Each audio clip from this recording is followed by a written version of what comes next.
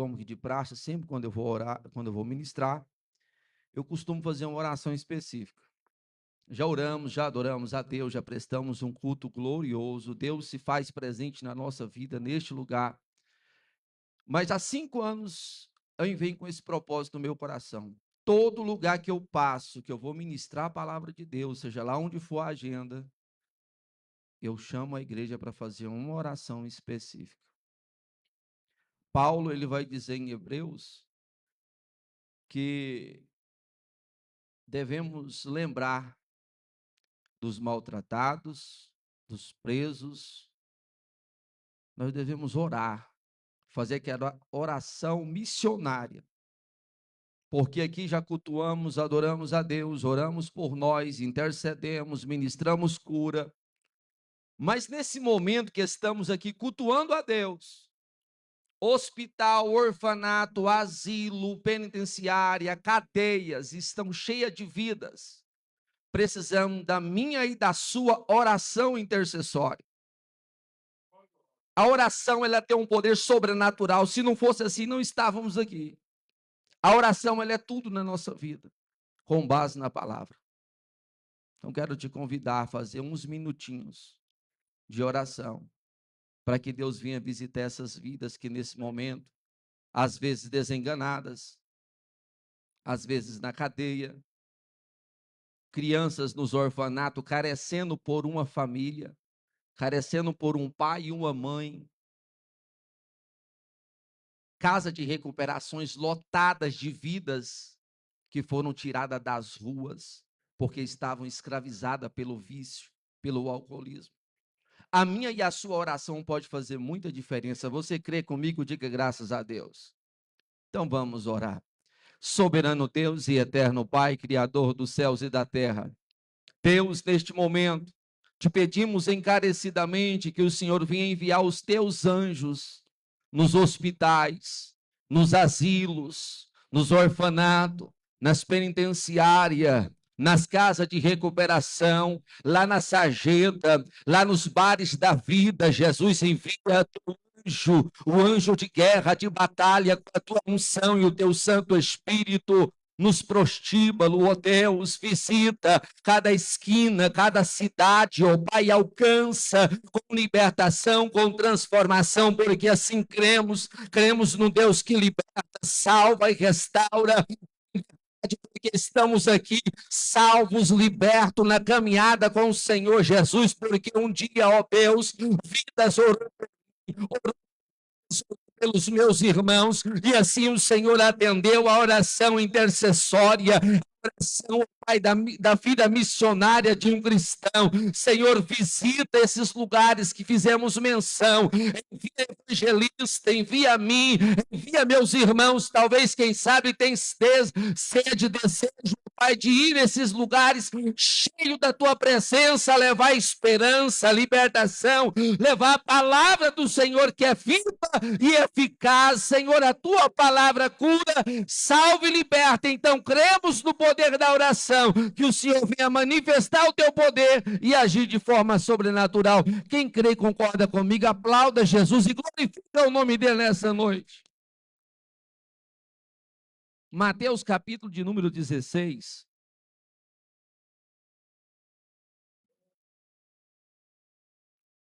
Mateus capítulo de número 16. O verso é o 13, do 13 ao 18.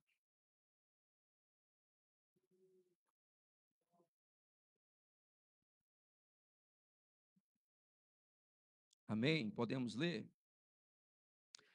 Chegando Jesus à região de Cesareia de Filipe, interrogou os seus discípulos: quem dizem os homens ser o filho do homem?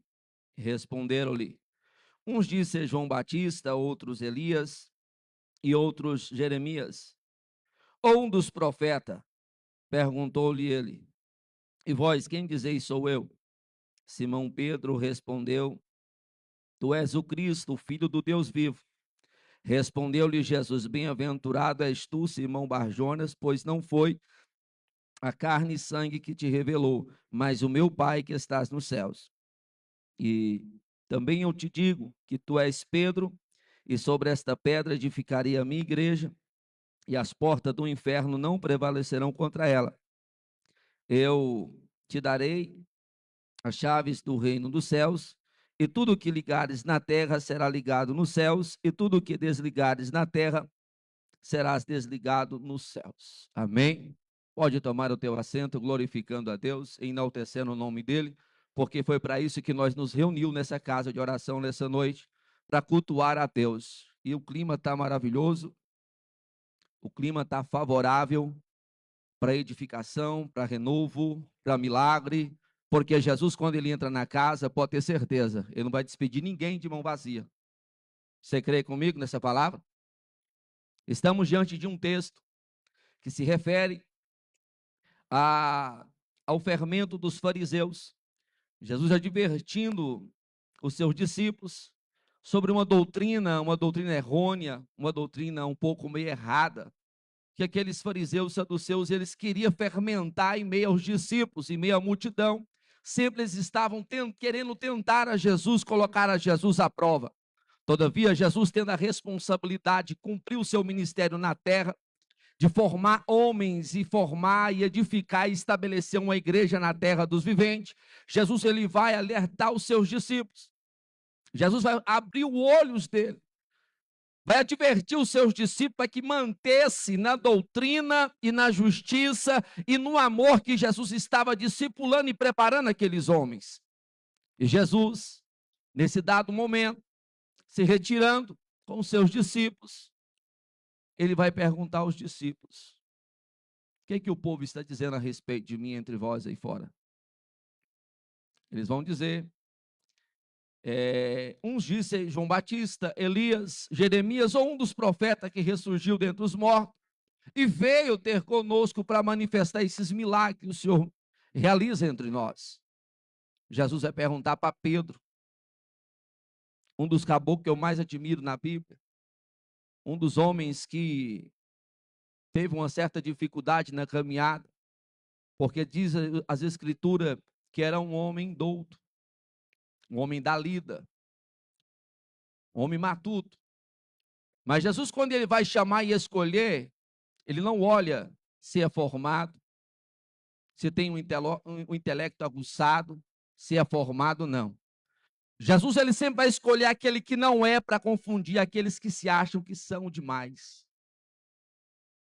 Jesus, nesse momento, ele está perguntando aos discípulos qual era o discernimento da identidade dele, que o povo estava dando lá fora. Porque o povo já sabia da promessa que desrespeitava a vinda do Messias à terra. João Batista preparou o caminho. Jeremias profetiza a vinda do Cordeiro de Deus, o Salvador, o legislador. Elias, um profeta destacado, deixou o seu legado, deixou sua caminhada, profetizou a vinda do Senhor Jesus. Eu costumo dizer que a maior promessa que o mundo já viveu e está vivendo foi o cumprimento das profecias dos nossos passados, dos profetas que antecedeu Jesus, a vinda do Senhor Jesus na terra. E essa promessa se cumpre para quebrar os arguilhão da morte, para libertar, para restaurar. Jesus ele vai ser bem claro em dizer que ele não veio para o justo, ele não veio para o perfeito. Jesus ele vem restaurar e resgatar o que se havia perdido lá no início. O homem peca e é destituído da glória de Deus. Jesus Cristo, ele vem trazer restauração e edificação para a minha e a sua vida. Por isso que estamos aqui nessa noite cultuando a presença gloriosa do Senhor Jesus. Por isso que quando estávamos louvando, a presença do Espírito era notória, pairava sobre a nave da igreja, visitando corações, renovando vidas.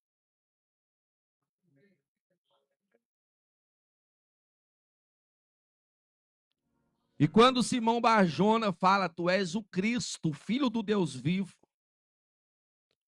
Jesus vira e fala para ele, olha, não foi a carne que te revelou, foi o Espírito do meu Pai. Foi o meu próprio Pai que te revela a minha identidade, o Salvador da humanidade para você, Simão. E sobre a tua vida, a sua disponibilidade, diante da tua aceitação, Pedro, de eu ter te chamado, te escolhido, para seguir a mim, para aprender comigo, para ser moldado por mim, sobre a tua chamada eu edificarei a minha igreja. Sobre a tua coragem, Pedro, eu vou te dar a oportunidade de ser destaque sobre a igreja na face da terra dos viventes. Homem esse que ninguém dava nada por ele, só servia para pescar, só servia para alimentar o comércio naquela época. Só tinha utilidade para trabalhar na labuta do dia a dia, lançando rede em alto mar, correndo risco nas madrugadas em alto mar com a sua equipe de pescadores. Jesus, à beira-mar, vai lá e escolhe aquele homem que a sociedade não olhava para ele, a não ser como um mero trabalhador qualquer. Jesus escolhe 12 homens, dentro dos 12, Pedro, Tiago e João. Os 3 mais corajosos em aproximar de Jesus e buscar a sua intimidade com Jesus e as suas dúvidas. Vamos olhar para a vida de Pedro.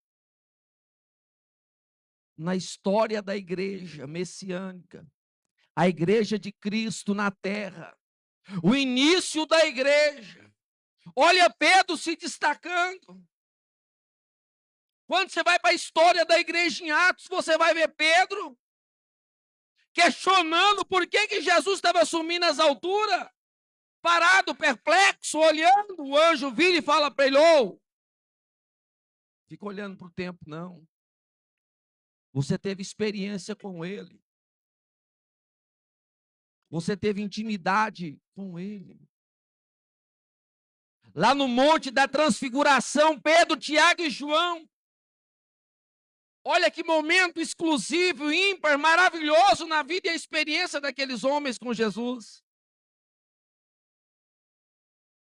Pedro, mais do que depressa, reúne todos e sobe para o monte para orar. Buscar o que desrespeitava a promessa de Jesus para a humanidade. Estabelecer o reino dele, a presença do Espírito Santo dentro da vida de Pedro, para que ele pudesse fazer além do que Jesus fez, na autoridade que Jesus delegou a ele.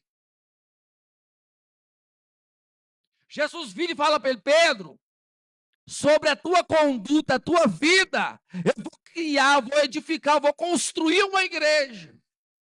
E não tem inferno, não tem porta de inferno que vai resistir à minha presença na tua vida. Você vai desbravar campo, você vai abrir porta de salvação, aleluia."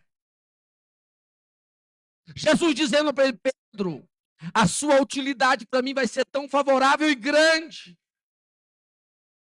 Pedro nega Jesus 3 vezes. Pedro tenta defender Jesus com a espada, para que não levasse Jesus preso. Mas Pedro não desistiu. Pedro foi fazer o que Jesus ordenou para ele: vai orar, vai para o monte. Pedro, eu te dei o exemplo. Pedro, você andou comigo. Tiago, João, não desista do teu chamado, da tua vida comigo nessa terra, porque será útil de grande importância. No dia de Pentecoste, quem se destaca diante daquela multidão da festa de Pentecoste? Pedro. Não sabia ler, diz os historiadores que não sabia escrever, sabia lidar com rede, com vara de pescar, com tarrafas, não sei se existia naquela época, creio eu que sim. O que Pedro fez? Olha a ousadia, a audácia e a coragem daquele homem. Crendo na palavra que Jesus delegou na vida dele. Nada poderá resistir à minha presença na tua vida, Pedro. Você sabe por que você está aqui nessa noite? Por causa de algo simples. O mundo às vezes não dá nada para isso. Não importa com isso. Não busca ter o que eu e você nós temos. Presença essa que não se constrói, não se conquista com dinheiro, nem com prata, nem com estudo, nem com faculdade alheia, mas sim com jejum, oração. Presença essa que chama Espírito Santo de Deus. Espírito esse que governa as nossas emoções, na nossa fé, nos dá domínio próprio, nos faz manso, nos faz temperante, nos faz paciente em meio às tribulações e às provas da vida. Para Pedro, em defesa do evangelho, em uma só ministração, ganha 3.000 almas, se não é Deus, eu não sei o que é mais. Agora eu te pergunto, na nossa caminhada no século 21, aonde está essa unção na nossa vida? Aonde está essa audácia, essa ousadia que somente o Espírito de Deus vai nos proporcionar? A igreja do Senhor Jesus, cadê ela? Está dentro de você. Quando Jesus pergunta para eles, o que o povo está dizendo que eu sou? Jesus estava testando o grau de discernimento deles. Porque Jesus, em nenhum momento, após ele ser batizado lá no Jordão, e ser visitado e cheio do Espírito de Deus, ele esteve em momento de carnalidade, mas sim espiritual, íntimo com Deus, face a face com o Pai, aleluia. Tudo que Jesus semeou na vida dos discípulos foi debaixo de oração, de jejum, do som do Espírito de Deus, aleluia. Tudo que aqueles discípulos viveram de sobrenatural na história da igreja primitiva, responsabilidade do Espírito Santo de Deus. Presença de Deus. O inferno sendo bombardeado, o som de Deus que estava na vida deles. O inferno não pode resistir a mim e a você, irmão. Demônio não pode resistir à autoridade que eu e você temos, independente de unção eclesiástica. Todo ser humano que ele é convertido, lavado, remido, passado, reajustado pelo sangue de Jesus, ele tem essa autoridade na sua mão. Ele tem essa unção, essa essência que o mundo lá fora não entende. Pergunta, você é diferente. O que você tem de diferente? Por que é que você está tão feliz? Você tem um brilho diferente. O que é isso, irmão? Espírito Santo de Deus na minha e na tua vida. O que é que restaurou a minha alma, meu corpo há 15 anos atrás? Jesus Cristo de Nazaré. Agora existe um porém. Todo aquele que é habitado pelo Espírito de Deus e tem essa unção, entende que tem essa autoridade em ele tem a responsabilidade de dar fruto. Não é o fruto do Espírito que está lá em Gálatas, não. Esse aí tem que vir juntamente com o batismo do Espírito Santo. Eu falo, é você disseminar. Você descontaminar o mundo onde você passa com a presença do Espírito Santo na tua vida. Por que Pedro, quando está chegando na porta do templo formoso, aquele coxo, desde nascença, na porta pedindo esmola? Por que ele saltou de alegria e saiu andando e o povo tudo perplexo? Falou, o que é isso? Pedro fala, aquele Jesus que vocês crucificou, como maldição, foi ele quem curou esse coxo, que vocês não davam uma esmola sequer, talvez, quem sabe, chutava ele. Templo formoso. Está falando de um tempo da religião do povo judeu, que pregava a lei, os rabinos, entendia da Torá, mas não tinha amor e nem justiça. Não tinha amor pelo seu próximo, o amor ágape. Deus poderoso. Você sabe por que essa casa sempre está cheia dessa glória e de vidas? Porque Jesus te achou, meu irmão. Jesus nos tirou daquela vida de promiscuidade, de mendigação, de felicidade, mendigando para bebida, para droga, para prostituição. Jesus de Nazaré chegou e preencheu aquele vazio, aleluia.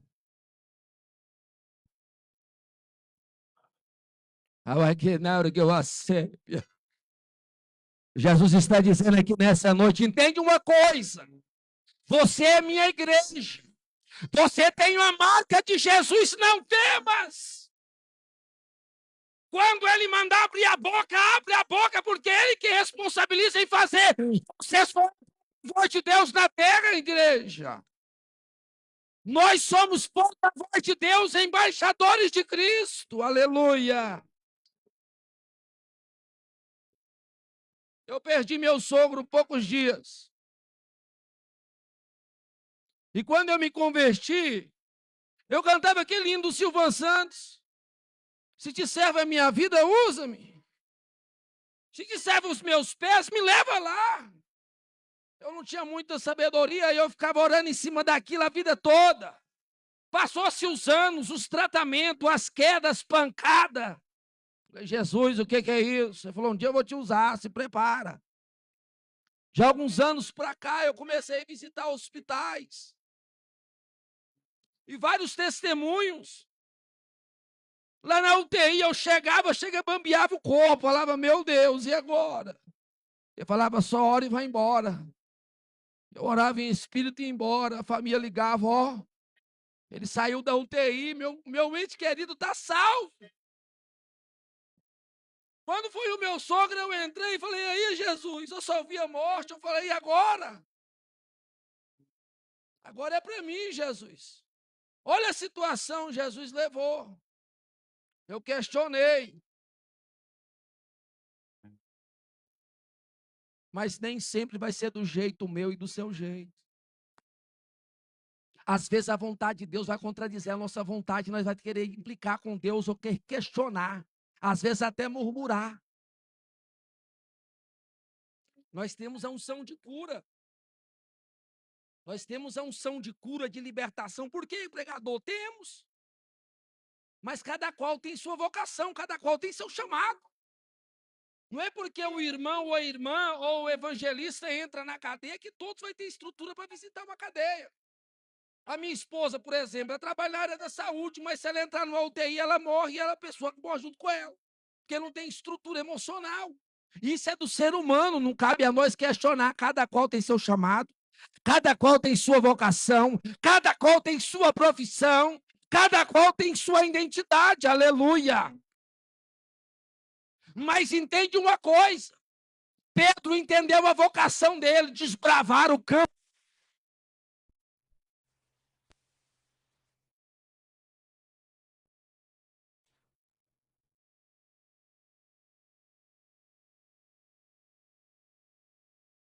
Ele se permitiu ser instrumento de Deus.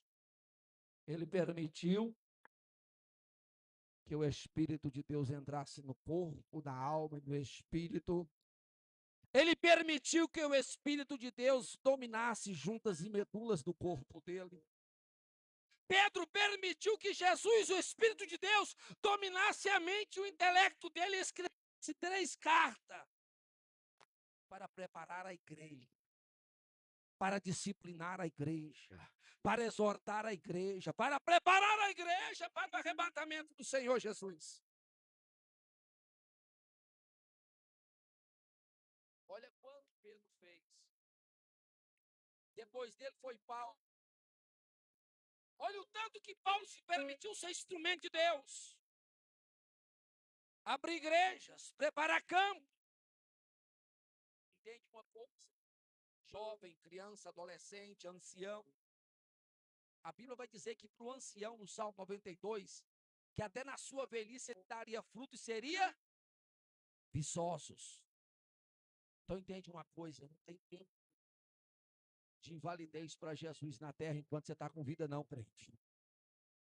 Enquanto eu e você estamos sobre a terra dos viventes, tendo fôlego de vida, força, coragem, garra e saúde que Ele tem nos proporcionado, o tempo é agora, vamos fazer enquanto é tempo. Ah, mas a minha vida está sofrendo várias turbulências. É normal, é um processo. Há um tempo para tudo.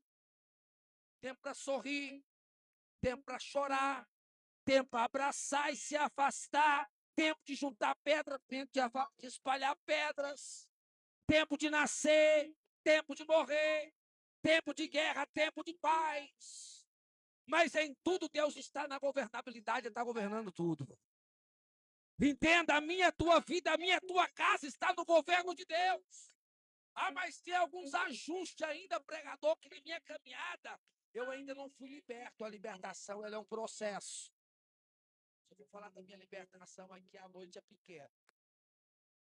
Se perdeu o trabalho para Jesus, eu me identifico que eu dei trabalho para esse Jesus e tantos. E o joelho ainda, minha mãezinha chega a estar uma pelotona preta. Falei, mamãe, eu vou orar também pela vida da senhora. Entende uma coisa. Enquanto estivermos aqui, temos que descansar, dar tempo para o nosso dia a dia. Temos o dia de descanso, mas o tempo para mim, para você, oportuno para fazer para Jesus, vamos fazer. Porque uma vez que lançamos a mão no arado, não tem como olhar para trás, acabou. Tem um pregador que fala que depois que Jesus alcançou nós, nem para desviar, nós não presta mais. Acabou. Se desviar, vai virar tapete do nosso inimigo. Confesso que não compensa nem falar o nome dele aqui, porque a glória aqui é de Jesus. Essa unção aqui é de Jesus. Essa casa aqui é de Jesus. E todos que habitam nela em adoração ao Pai e ao Filho pertencem a Jesus e está com o nome escrito lá. Se não escreveu, faz um compromisso com Jesus hoje. É combinar a fé. Não deixa para amanhã, porque pode ser. Ah, eu quis brincar com Jesus. Eu quis bancar o doidão. Perdão da palavra. Eu levei um susto e fui para a mesa da UTI e falei, mamãe. Aí ele disse assim. Ela abraçou e falou, Jesus, devolve a vida. Espera aí, se nós não tem o nome escrito lá ainda, hoje, agora é o momento. Você que está assistindo lá do outro lado, Jesus visita lá a sébria. Tem vidas assistindo essa live agora, que vai entrar por aquelas portas até Cobiacé e vai se render aos pés, porque agora Jesus visita lá. Uma vida que estava dizendo, eu vou tirar a minha vida. Jesus disse para você, não tira não, não compensa não. Essa decepção, Jesus vai dar dupla honra. Você é do sexo de você é do sexo feminino, aleluia. Você vai entrar aqui nessa casa. E você vai ter a ousadia de pegar esse microfone, eu digo no nome do Senhor Jesus. E vai dar o testemunho, porque Jesus faz assim. Alaram que eu pregaço. Deus poderoso. Levanta a mão para o céu, porque tem uma atmosfera de renovo espiritual. Tem uma atmosfera de renovo de dons. Eita, graça. Tem uma atmosfera de renovo espiritual ministerial na casa. Labracaçúria. Parai, que combinacia. Xiricuminar que de faço. Ele é o mesmo ontem, hoje, eternamente. Ele é o mesmo Jesus. Paragaçúria de cabas. Que falou para Pedro, Tiago e João, Mateus, Bartolomeu, Tomé, Judas. Ele é o mesmo que diz para eles, a porta do inferno não prevalece. Não tem arma preparada para prevalecer contra a minha e a tua vida, o meu e o teu lar. Palavra que é bacébia. Porque Jesus, ele corta o ar com a lança, queima os carros no fogo. Jesus, ele é especialista em fazer milagres. Você toma posse dessa palavra nessa noite e diga glória a Deus. Vamos de pé agradecer Jesus, porque até aqui o Jesus me guiou. Vamos louvar a Deus por este momento, porque Jesus é bom o tempo todo, irmão, aleluia. Deus poderoso. Levanta a mão para o céu e vamos orar. Soberano Deus e eterno Pai. Deus de Abraão, de Isaac e de Jacó. Jesus, toma em tuas mãos as nossas vidas, os nossos lares, nosso retorno para casa, Senhor, nossa semana. Em nome do Pai, do Filho e do Espírito Santo, e todos dizem.